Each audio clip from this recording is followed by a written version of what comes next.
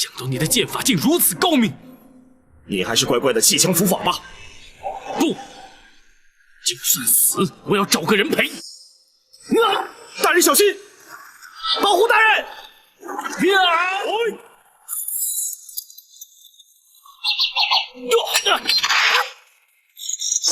你们这是什么意思？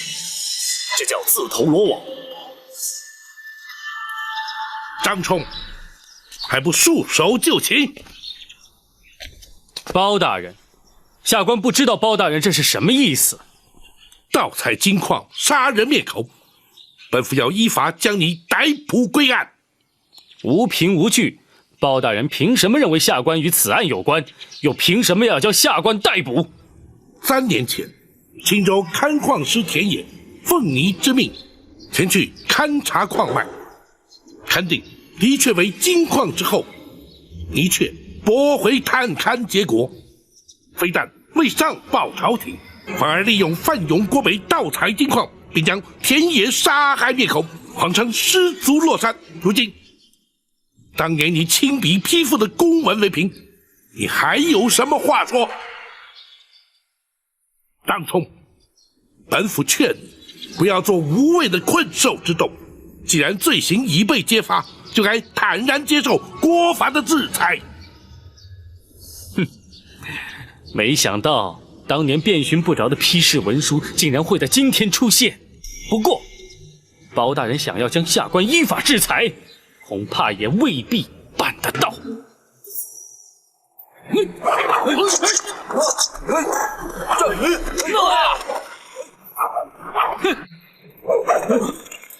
我倒要看看谁能接得下我这杆枪。就让我来会会你这个五黄眼。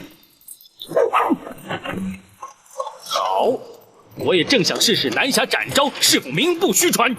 都给我退下！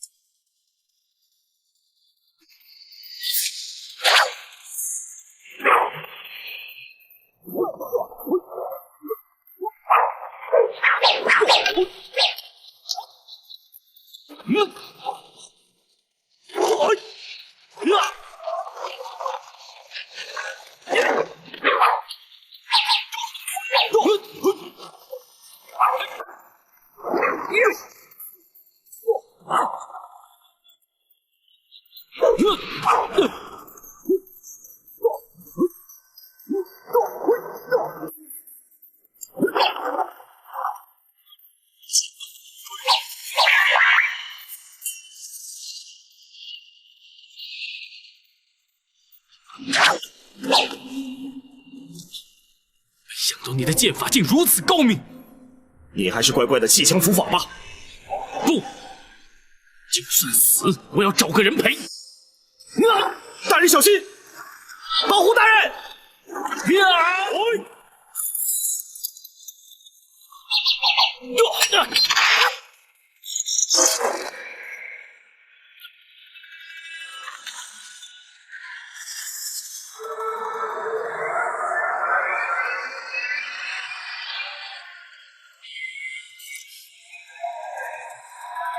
将军难免阵前往，我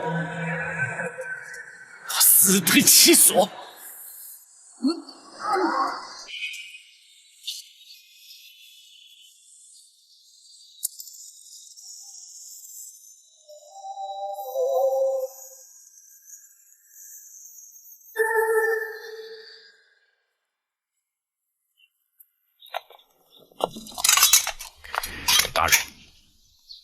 他是存心想死，以为这样就保住了柴禄了。然而，他却又为何要拼死保护柴禄呢？大人，张冲伏法了。王朝马汉在，派人收拾善后。是。公孙先生带齐政务，我们立刻前往王府。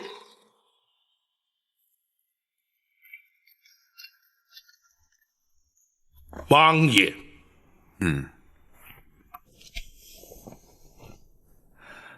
包大人，你身穿官服，带着人马到王府来，不知所谓何故？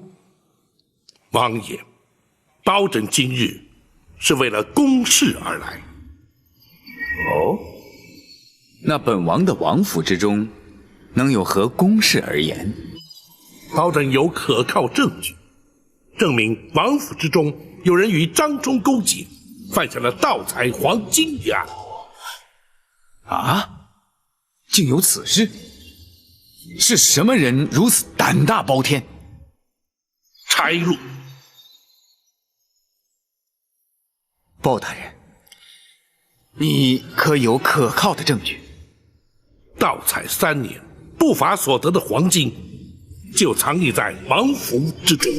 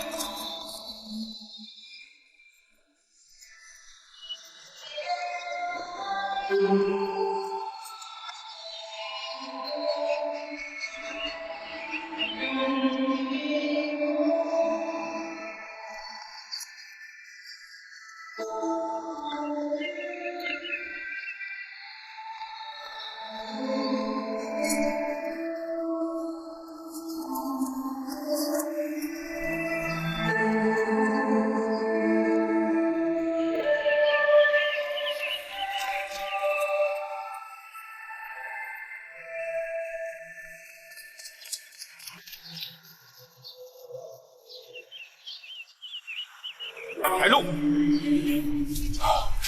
你好大的胆子！王爷，这些金砖均无熔铸出厂的印记，足证乃是私财私铸，包拯要依法行事了。事实俱在，本王无话可说，请包大人尽管放手去办。多谢王爷。王朝马汉在，将赃物清点列册查封，带回驿馆先行保管，待朝廷派员前来接收之时，依法剿捕。是。张龙赵虎，属下在。柴禄罪证确认，将他押入大牢，严加看管，听候审讯。是。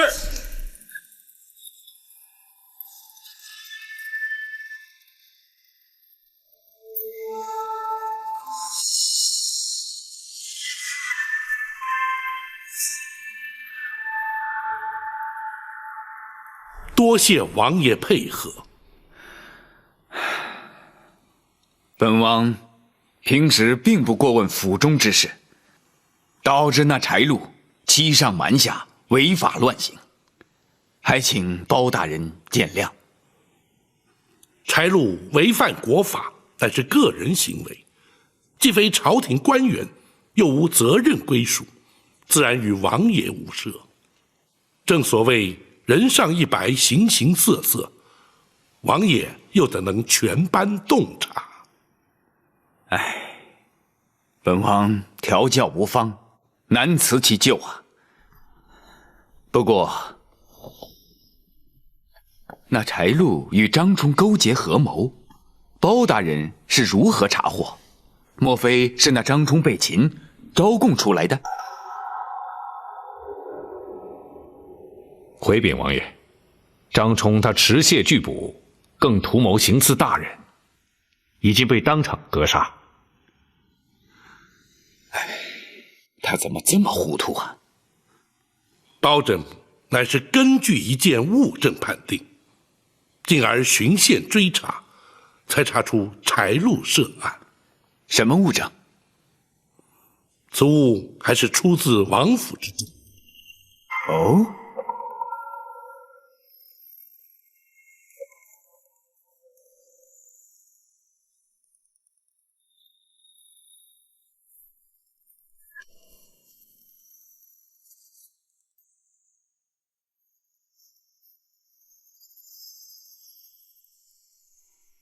这图上的印记，可是王爷家族所有。这幅藏宝图在柴家已有100年之久了。那柴禄身为王府总管，谁知竟敢监守自盗，将此图交给张冲，共谋盗采金矿，真可谓人心难测。王爷无需为他难过，这也是他咎由自取。王爷，此图如今已是全案物证，烦请王爷赐回。那是自然。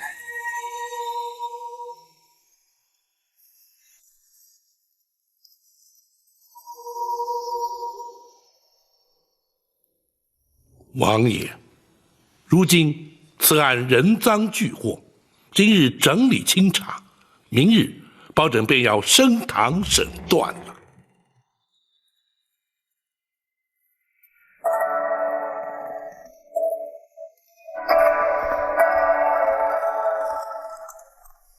罪人拜见包大人。柴禄，在本府升堂之前，先要询问于你。如今人赃俱获，你可还有话要说？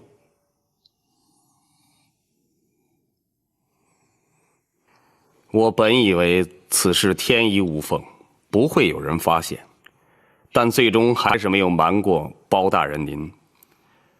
我只能说，天不从人愿，别的我无话可说。然而本府却要问你，那张羊皮矿脉图，可是由你交给张冲，由他负责开采金矿的？事到如今，我没有什么可隐瞒的。不错，我身为王府的总管，王府的古玩器物均由我来经营。3年前，我无意当中发现了羊皮图纸，我就指使张冲按图索矿，没想到还真是找着了黄金矿藏。那张冲与你有何渊源？你又如何信得过他？我与张冲乃是世交，祖上同朝为官，我们俩又是从小的玩伴，我绝对信任他。那张冲文武双全，又蒙朝廷器重，只要尽忠职守，日后必能飞黄腾达，又怎会弃之不顾，与你狼狈为奸，犯下如此滔天大罪？包大人，您可真是难得一见的清官啊！这与本府是否清廉又有何关？包大人不知道其他官员的情形，普天之下入朝为官者，有几个人不是为了贪图名利？这个矿场给我和张冲所带来的财富，够几辈人享用。张冲没有理由不动心。就为了贪图那些财富，却让他送了一条性命。谋事在人，成事在天，只怪他没那个福分。然而你们的所作所为，非但让无数的矿工受难，更让柴王爷蒙羞，这一点你又可曾想过？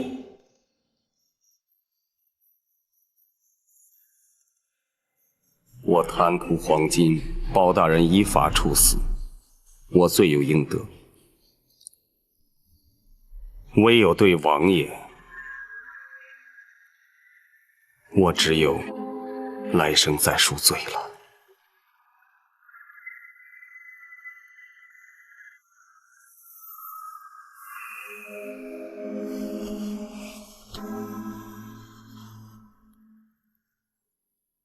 大人，柴禄所说并非实言。哦，展护卫是据何而论？张冲私采金矿被大人查获之后，接下来他应该明白，大人会查出主谋是谁。可是他却留在青州不走，显然他不相信柴禄，怕他会私吞黄金。可柴禄却说他们互相信任，这话显然是假。展护卫言之有理。柴禄，你可有说辞？展大人想的太多了。张冲做事一向缜密，他有把握让包大人抓不住他的证据，所以他才留下的。可今天他知道大人掌握他3年前批复的公文，已经足以证明他有罪。他的武功虽然不如我，若是有心逃走，也并非绝无可能。可是他却选择刺杀包大人，丧命在我的剑下，这又为何？他是为了维护我？一派胡言！他怎么可能为了你而牺牲性命？我与张冲乃生死之交，这个恐怕展大人没想到吧？柴禄，不论你所言是真是假，如今那张冲已死，黄金又是由你所藏的库房之中搜出，罪证确凿，毋庸置疑。明日本府升堂之后，再详加论断。柴禄无话可说，任凭包大人发落。张兆虎，属下在。将柴禄押回大牢，由你2人亲自率府中官兵严加看管，不得有误。是。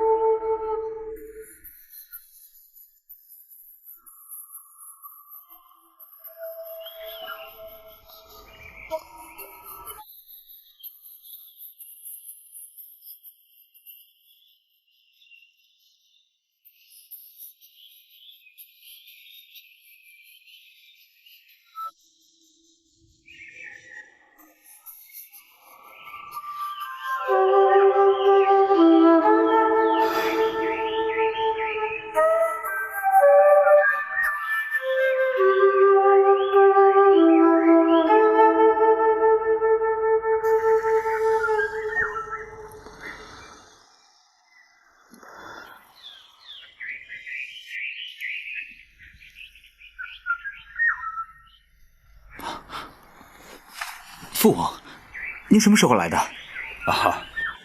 我才来了一会儿。那你怎么不叫我呢？我没有打断你，看来你完全沉醉在自己的音乐当中了。没错，有许多话不好对人言，有许多事也不便对人说，所以只好陶醉在丝竹之中了。是的，你是有许多话没有对父王讲。父王话中有话。我的确有别的意思。张冲和柴路的事，你都听说了？听说了。我想听听你对这件事情的看法。坐吧。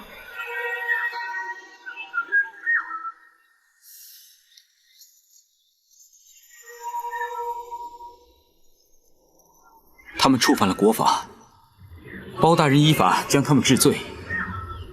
孩儿还有什么可说的？哦，是吗？那他们盗采金矿，你也没什么可说的？孩儿不明白父王的意思。包大人查出他们犯罪，凭的是一张藏宝图。那藏宝图是我柴家之物，难道你还没有什么可说的？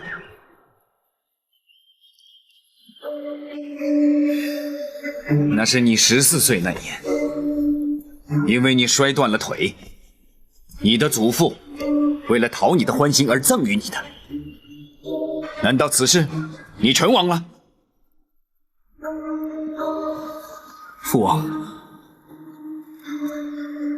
此事别人也许不知，可是赠图的是我的父王，受图的是我的亲子，我怎会不知？柴路是王府的总管，如果藏宝图不在他的手上，他又怎能拿去与张冲勾结盗采金矿？当包大人出示此图，我一看图上的印记，就知道此案是你所为。为什么？到底为什么？父王，藏宝图在柴家100年，是柴家所有。图中的金矿是柴家所有，甚至现在的赵宋天下也是柴家所有。柴家把拥有的东西拿回来，这本来就是天经地义、理所当然的。住口！如今天下早已不是柴家的天下，山里的金矿更属朝廷所有。你凭什么去开采？你凭什么占为己有？你凭什么去牺牲多条性命？父王，你根本就不明白。我是不明白，我也不想去明白。我现在最担心的是包大人会不会查到你的身上。一旦如此，连我这个王爷也保不住你了。父王您放心，张冲之所以被他们所杀，也就是因为他们不肯把我供出来。否则以他的武功，他应该可以逃走的。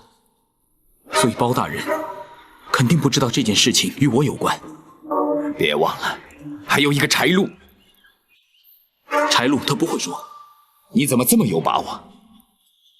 父王，你平时少管府中的事，而孩儿却跟他多有接触，他是不会背叛我的。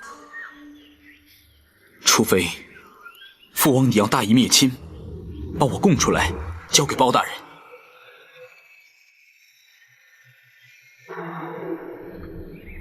唉，父王还没有那么狠心。要我亲手把自己的儿子交出去送死，我做不到。如果是这样，包大人永远查不到我的身上。可是他凭着一个柴家的印记，就追查到了柴路，难免不会追查到你的身上啊。柴家的印记已经多年没用，除非宫中旧物，否则，外面的人又怎么会知道呢？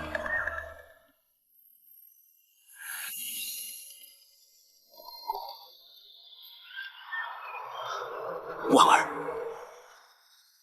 婉儿看过柴家的印记。哎，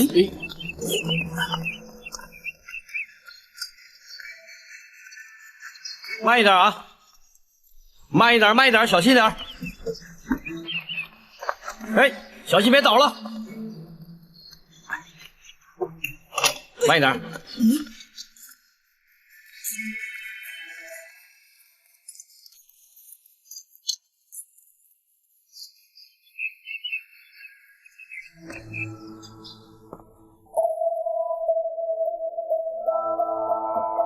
哎，还有这个。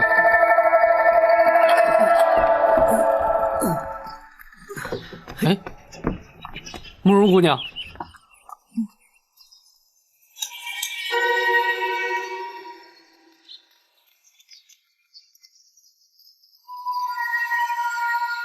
是不是从王府查到了黄金？是，大人让我们搬回驿馆扣押看管。大人是不是也带走了柴禄？是，如今正关押在州衙大牢。这一点也是让我始料未及的。可这也不能证明你就牵扯在其中。没人知道藏宝图是你交给柴禄的，你不用担心。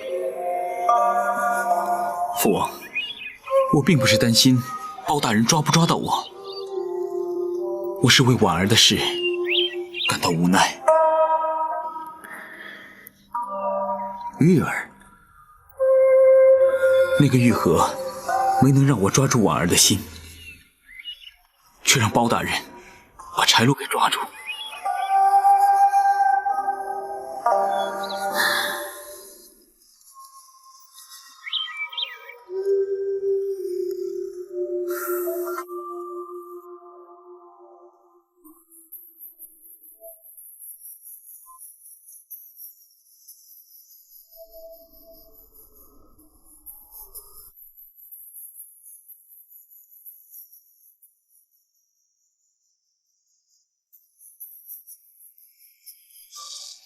拿去吧，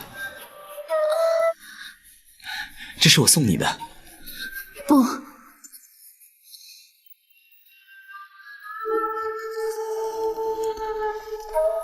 我不能接受你的馈赠。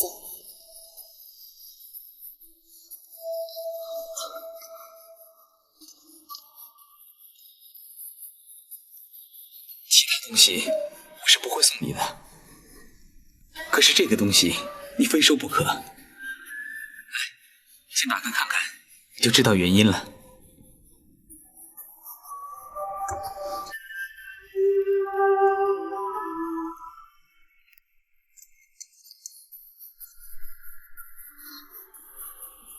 这是什么？这是柴家的印记，在前朝，它代表着皇室的尊荣。不过现在，它只是个美丽的图案而已。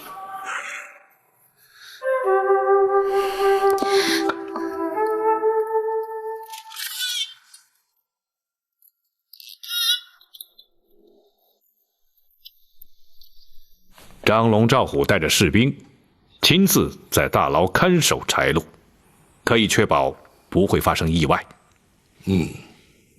带回来查封战馆的黄金，更要确保安全。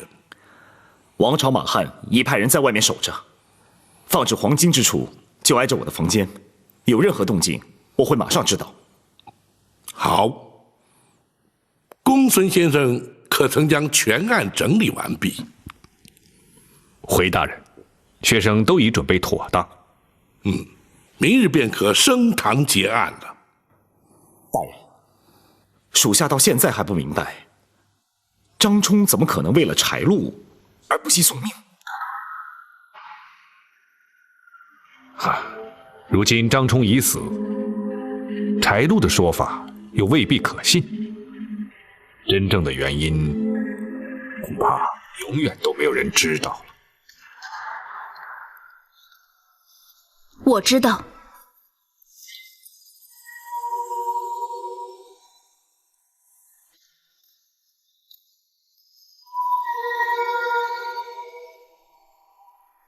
婉儿，你怎么会知道？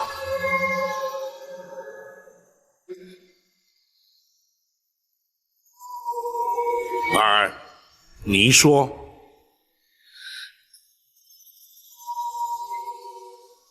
张冲要保护的不是柴路，而是另外一个人。他要保护的是什么人？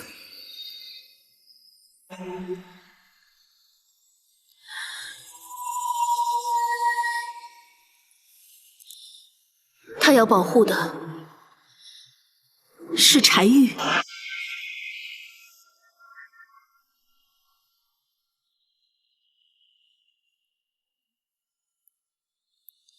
是我亲眼看到他们3个从库房里面走出来。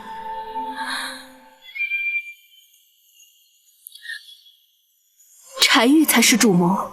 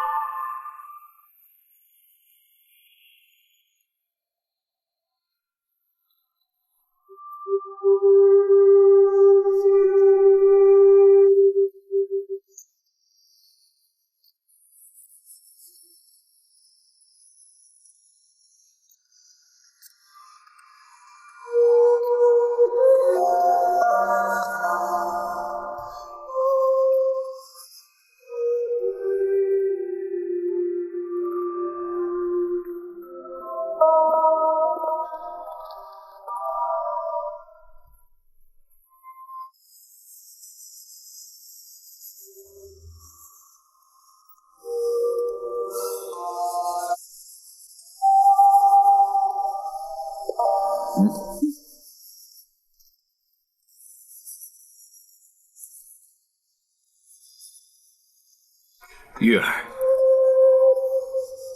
父王，是他们请你来的吗？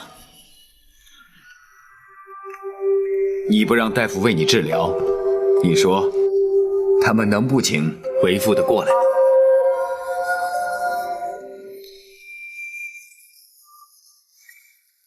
如今治不治病，根本已经不重要了。即便张冲和柴路被包大人正法，你也没有必要跟自己的身体过不去吧？不，我根本就不是为了他们。那是为了慕容婉儿。就因为慕容姑娘拒绝了你的提亲，你就丧失了自信，甚至连活下去的勇气都没有了。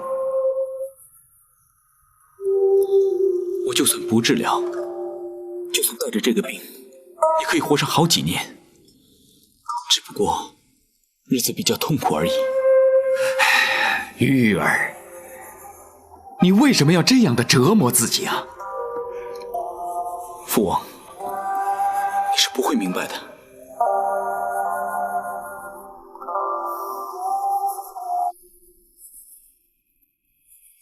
没有人会明白我的想法。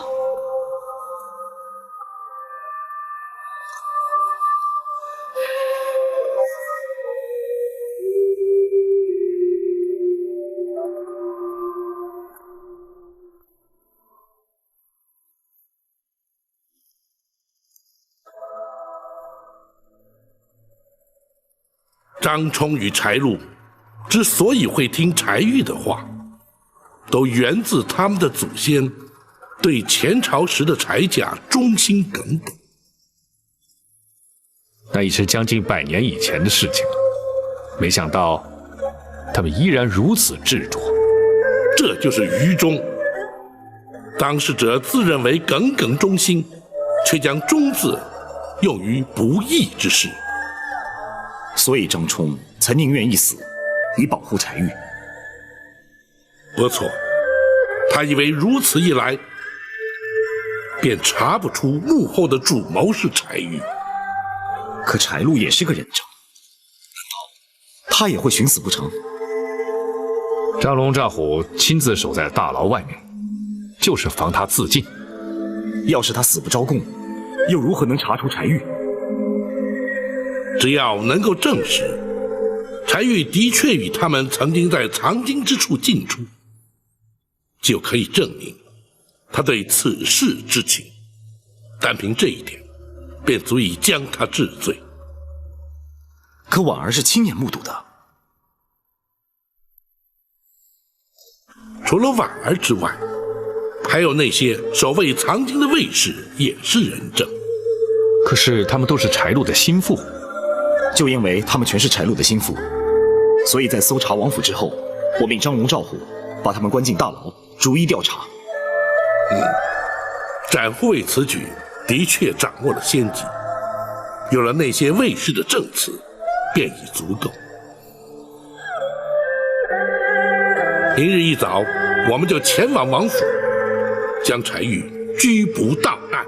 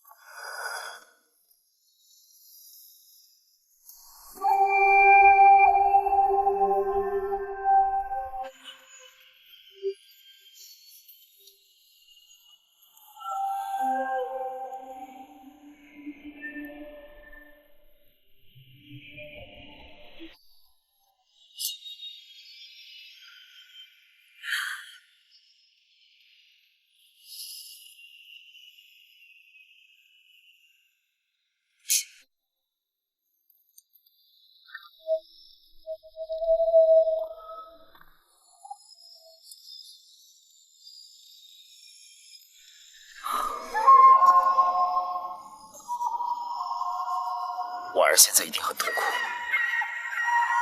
要不是她亲眼在库房看到，恐怕我们还查不出主谋者是谁。更残忍的是，他又不能不举发柴玉。要是他当初接受了柴家的提亲，今天恐怕就是另外一种局面了。除非他永远不知道柴玉所做的事，否则会让他更痛苦。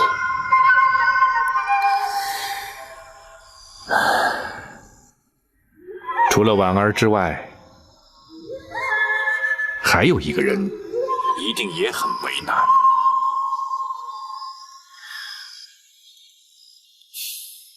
包大人，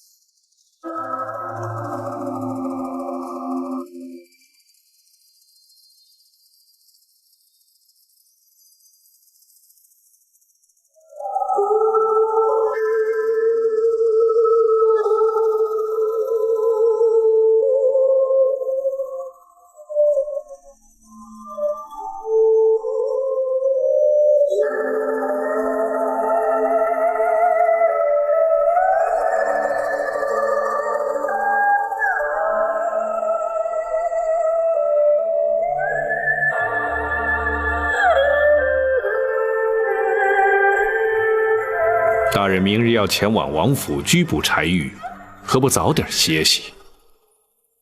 本府尚无睡意。大人，你是为明天的事而烦心？不，本府是在替婉儿不忍。虽然她拒绝了柴玉的提亲，可是毕竟对他已有感情，偏偏又不得不将柴玉涉案之事向本府禀报。小小年纪便要承受如此折磨，怎不令人慨叹呢？大人，既然婉儿做了痛苦的抉择，也必然有了心理准备，请大人不必为她忧心。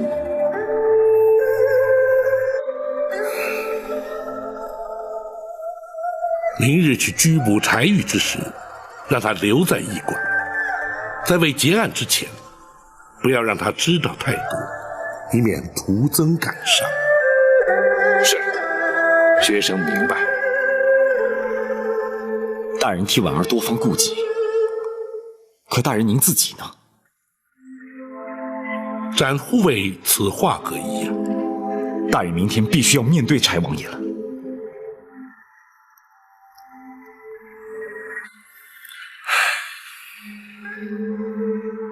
大人虽然与柴王爷相交甚笃，可是却不得不将柴玉依法就办。司仪于公务之间，的确让大人颇感为难。唉，那也是无可奈何之事。本府既然走上执法意途，为了维护国法的尊严，哪怕再不情愿，也必须坦然面对。大人，明天让属下陪你一同前往王府吧。不，一管扣押的黄金很容易让人觊觎，有你守护，方可万无一失。有王朝马汉陪本府前去即可。大人，倘若柴王爷护子心切，出面阻止，以王府兵力之多，只怕未必能够顺利把柴玉拘捕到案。柴王爷深明大义，又识大体，本府确信，或许他会试图阻止，但绝不会不计后果。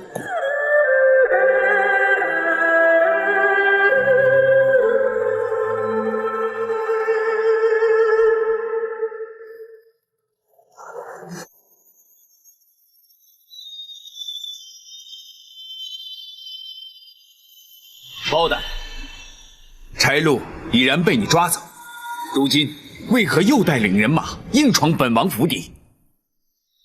王爷，包拯乃是为小王爷而来。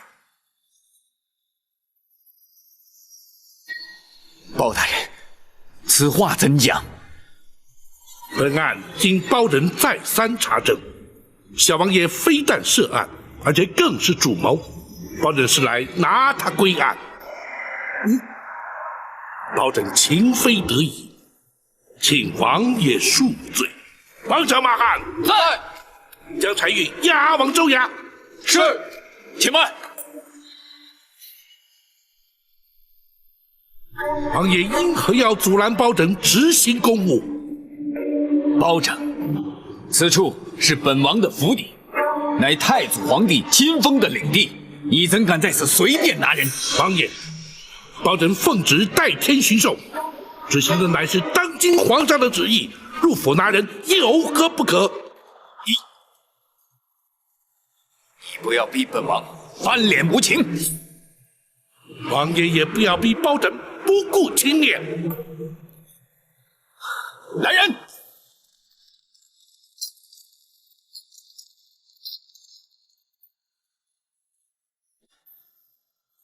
听候本王号令。是。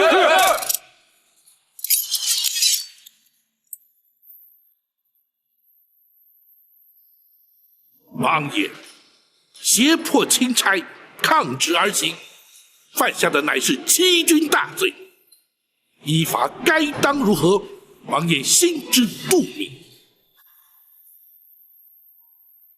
王爷一念之差，柴家100年基业恐将毁于一旦，太祖皇帝当年恩典尽皆付诸流水，还请王爷三思。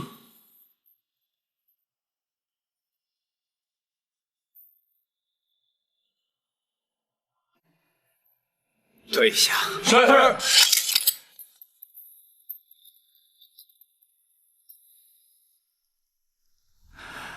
包大人，王爷，捉拿柴玉，不知可有凭证？公堂之上，包拯自会将证供一一呈堂，还请王爷相信，包拯依法执法，绝不偏颇。可否请包大人法外容情，容本王与柴玉说上几句话。国法不外人情，王爷所请，于法无碍，当然可以。多谢包大人。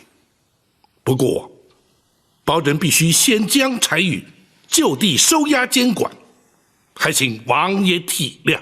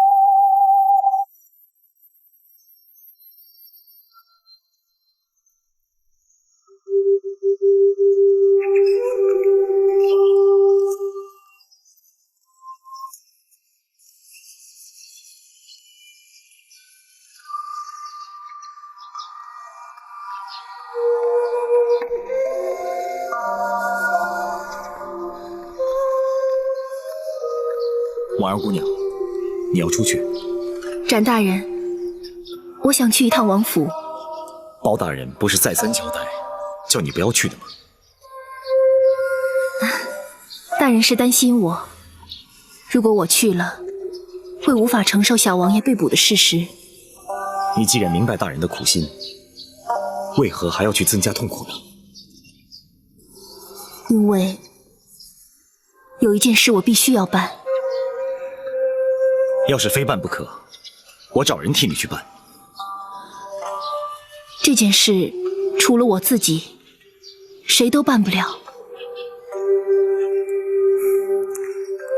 你执意要去，我也不好阻拦。不过我希望你有足够的心理准备。我明白。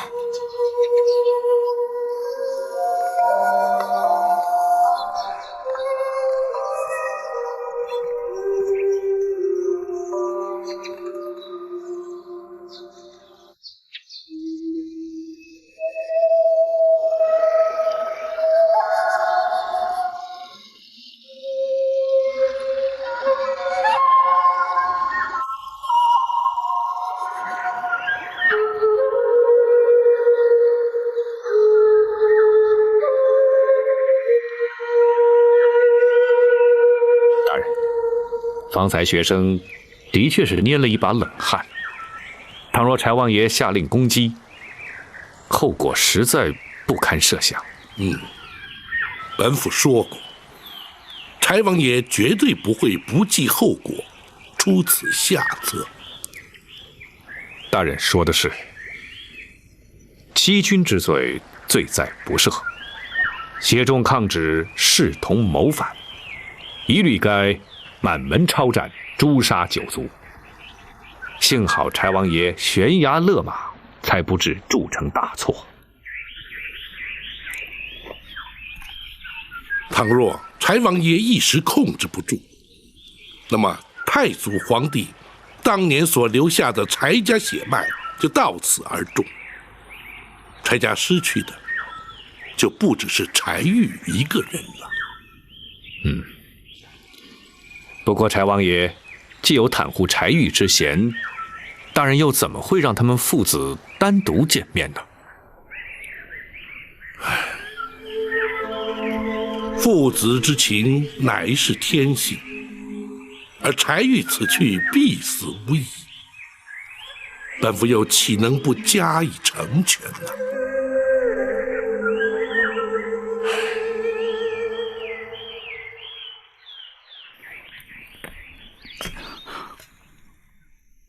父王，包大人怎么说？他说你是主谋，要捉拿你归案。果然是包大人，到最后还是瞒不了他。如果当初我们大周有像包大人这样的人才，也不会被赵匡胤夺取柴家的天下了。你说什么？如果当初包大人跟赵匡胤同朝为官，包大人就不会让赵匡胤窃国篡位的阴谋得逞，又何来今日的大宋呢？唉，已经是近100年前的事情了，现在提他，还有何意啊？那父王，你认为孩儿做这么多，为的又是什么？父王的确不明白，你从小生长在帝王之家，衣食无缺，仆役成群，你究竟还有什么不满足的？父王问孩儿还有什么不满足，我倒想问问父王你。我柴家原本是君，赵家为臣，如今怎么会尊卑互换，君臣颠倒呢？朝代更替乃是大势所趋，那也是无可奈何的事情。难道我们就不能忠心复国，重建大周吗？什么？你这是痴心妄想。柴家现在的实力如何？你凭什么做如此妄想？父王，孩儿差一点就完成心愿了。如果不是包大人来到青州，快则3年，迟则5年，我们就拥有可以对抗大宋的实力。到时候，我们就可以重建我们大周的天下了。即便如此，父王也不会同意你的做法。父王，天下本来就属于我们柴家的。天下是赵家的如何？天下是柴家的又如何？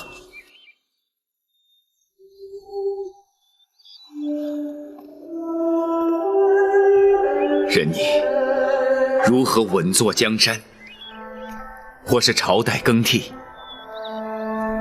百姓仍是百姓，苍生还是苍生，对他们而言又有何不同？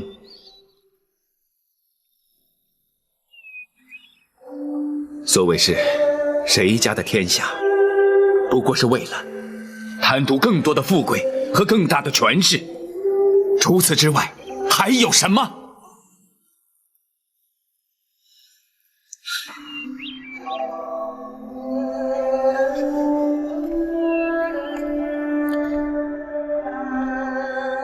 儿啊，如果你还存着争天下之心，而犯下滔天大罪，父王也会认为你是咎由自取，怨不得任何人。这也是我一直瞒着你的原因。父王，你已经没有雄心壮志了。你说的没错，父王确实没有雄心壮志。我只想平平安安的在王府里做一个太平王爷。最让父王挂心的就只有你了。父王一直期盼着你能够一生平安，一生顺遂。可是没想到，我14岁那年就把腿给摔坏了。是啊，我知道，这也是你一生的遗憾。父王虽然身为王爷，却也不能替你弥补。我遗憾的是，因此我不能习武。如果我的武功练得跟张冲一样好的话，也就不会是今天这样的结果了。不对，如果你不改变想法，即便你练成多么高深的武功，结果也会是这样。只能眼睁睁的让父王看着你付出生命的代价。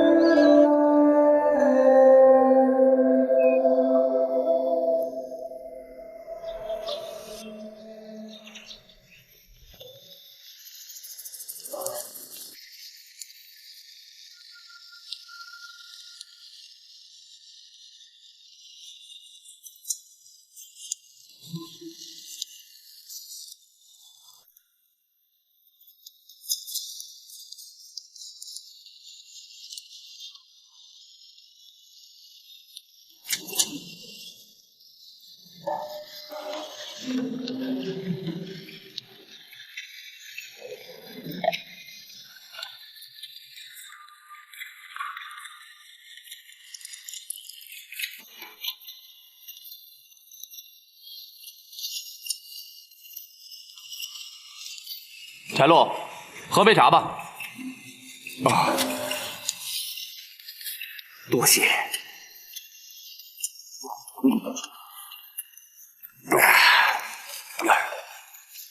包大人，何时升堂啊？你急什么？包大人反正已经将全案查清楚了，我早晚都是个死，何必拖延？你别急嘛，等大人将主谋拘捕到案之后，会立刻升堂。主谋？盗取黄金是我跟张冲策划的，我们就是主谋啊！你以为包大人不知道啊？现在正在抓他呢。抓谁？柴玉。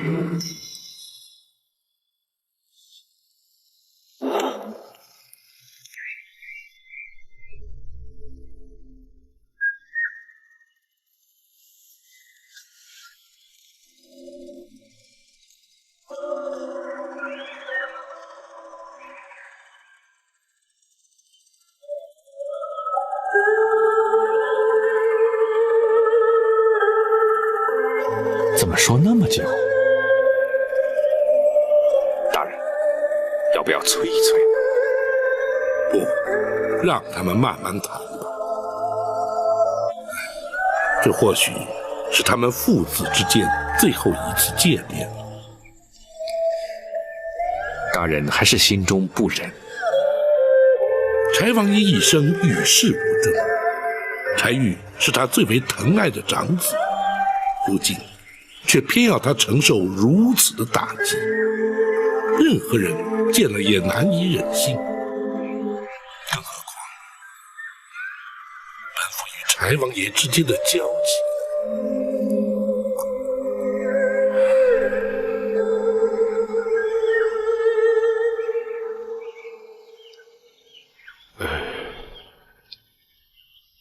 如果柴王爷向大人求情呢？你也知道本府一贯的态度，那是绝无可能的。外人总以为大人是铁石心肠，哪里知道大人心中其实充满着同情。这就是执法者的无奈呀。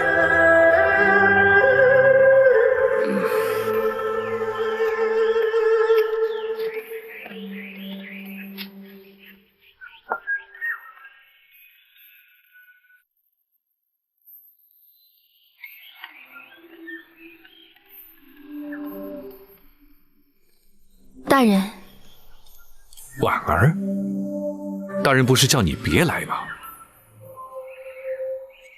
婉儿，你有事要找本府？大人，婉儿只是想……本府明白。等柴王爷出来之后，你就去看看柴玉吧。多谢大人。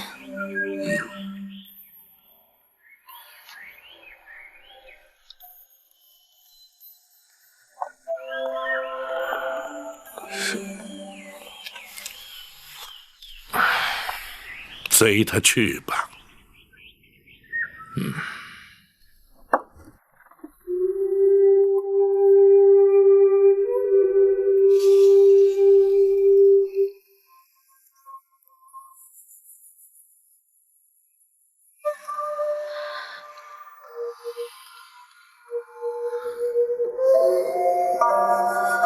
你来，就是为了把这个还给我。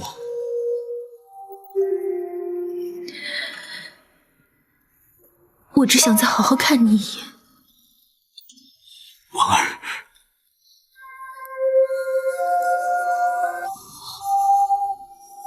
你现在一定很恨我。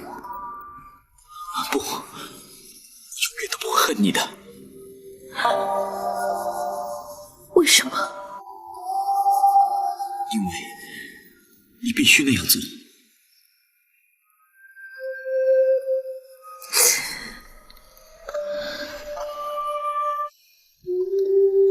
如果我有权利不这么做，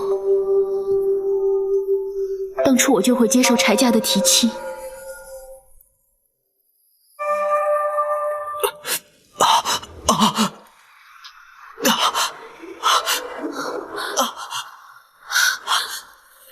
你的药呢？药呢？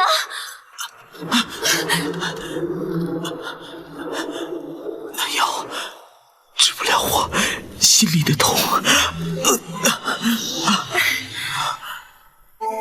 哎呀！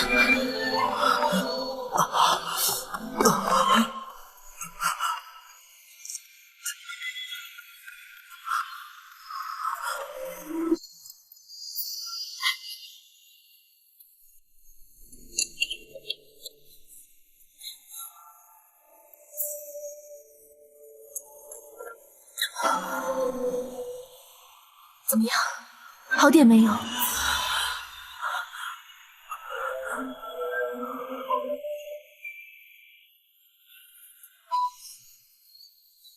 我以为我再也不会承受这病带给我痛苦的煎熬，没想到在我生命结束之前，我还要承受一次。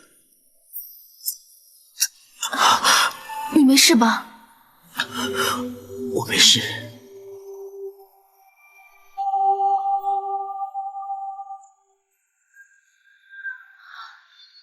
王儿，你想不想知道那藏宝图的故事？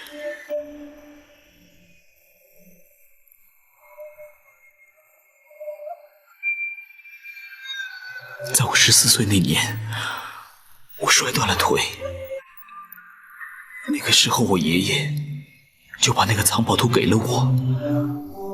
他说，我们柴家的财富全部都在那里，可是那财富永远也看不到，摸不着。我当时就下定决心，等我长大之后，一定要让那财富看得到，也摸得着。因为我不能接受那种虚幻不实的东西。所以，你让张冲和柴路去盗采那座金矿？没错。现在，我的愿望实现了。可是，这仍旧是一场空。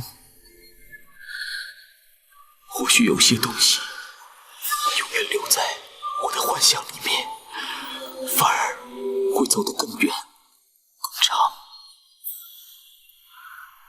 有时候，保留一点幻想，要比实际美得多。你说的对，婉儿。当你拒绝柴家的提亲时，你知道我是怎么想的吗？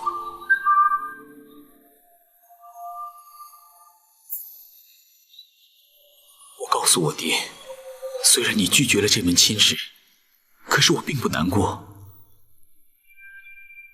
因为我知道你的心底已经接受了我。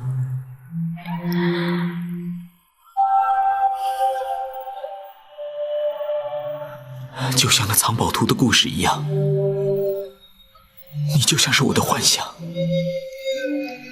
这个幻想会一直跟着我，就算我生命结束的时候，你会一直在我的身边。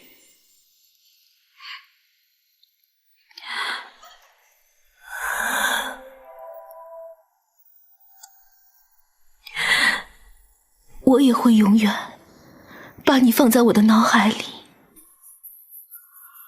婉儿，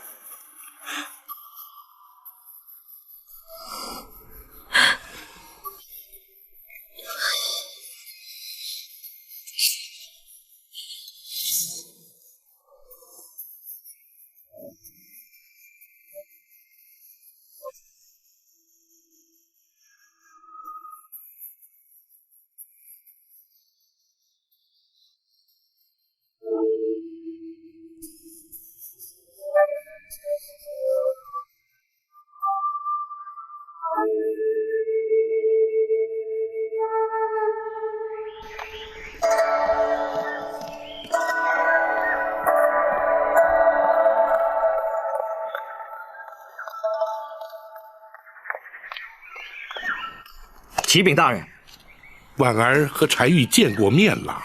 是，慕容姑娘已经先离开了王府，要属下向大人面报。她说会回驿馆等候。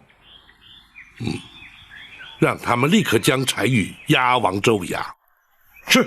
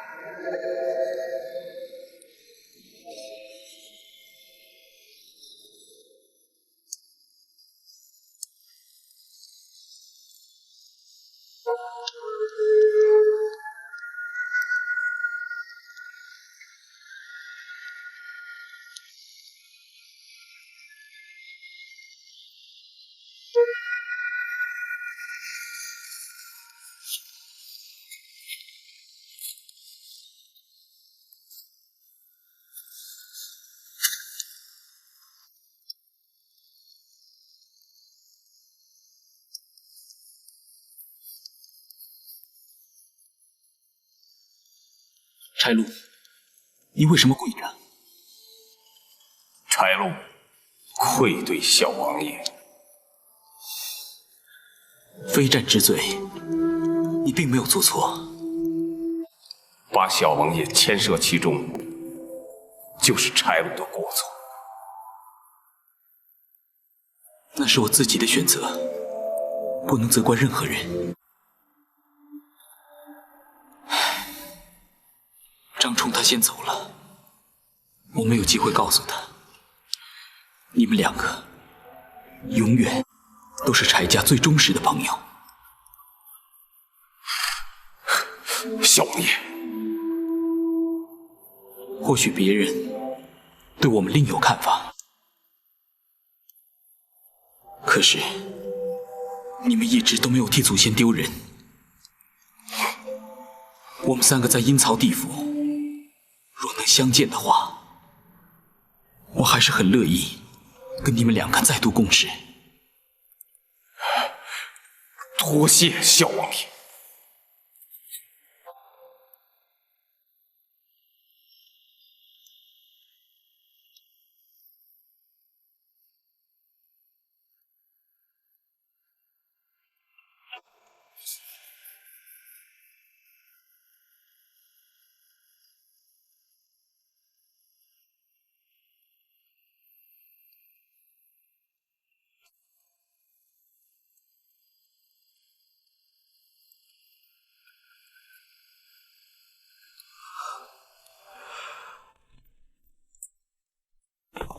启禀大人，已将柴玉关押在大牢，听候传审。